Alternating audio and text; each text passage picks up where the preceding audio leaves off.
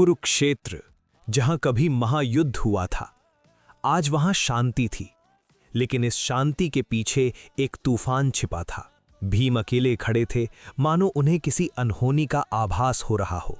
अचानक आसमान फटने लगा। एक विचित्र द्वार खुला, जिससे निकल रही थी अनजानी ऊर्जा। भीम ने अपनी गदा कस ली। ये कोई साधारण शक्ति नहीं है। एक विशाल आकृति, हरी चमड़ी, आग जैसी आंखें। वो इस दुनिया में गलती से आ गया था, लेकिन अब ये उसका युद्ध क्षेत्र बन चुका था। भीम ने बिना समय गवाए हमला किया। उनकी गदा बिजली की तरह गिरी, लेकिन हल्क ने उसे नंगे हाथों से रोक लिया। धक्का इतना जबरदस्त था कि धरती कांप उठी। फिर भीम जोरदार हमला करते हैं, लेकिन हल्क हर वार के बाद और शक्तिशाली होता गया। जितना गुस्सा उतनी ताकत। भीम पहली बार हैरान थे।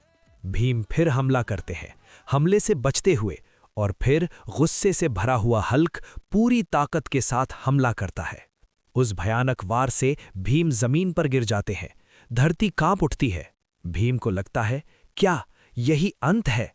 हार के उस पल में भीम अपने आराध्य श्री कृष्ण को याद करते हैं। हे केशव, मुझे मार्ग दिखाइए। श्री कृष्ण भीम से बोलते हैं, भीम, तुम अपनी शक्ति भूल गए हो। तुम पवन पुत्र हो, तुम्हारे भीतर अपार बल है। भगवान श्री कृष्ण भीम को उनकी असली ताकत याद दिलाते हैं। उठो भीम, और अपने धर्म के लिए लड़ो।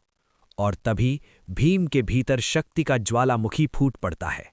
भीम पूरी ताकत के साथ उठ खड़े होते हैं, और फिर अपनी गदा उठाकर हल्क के सर पर करते हैं एक विनाशकारी वार।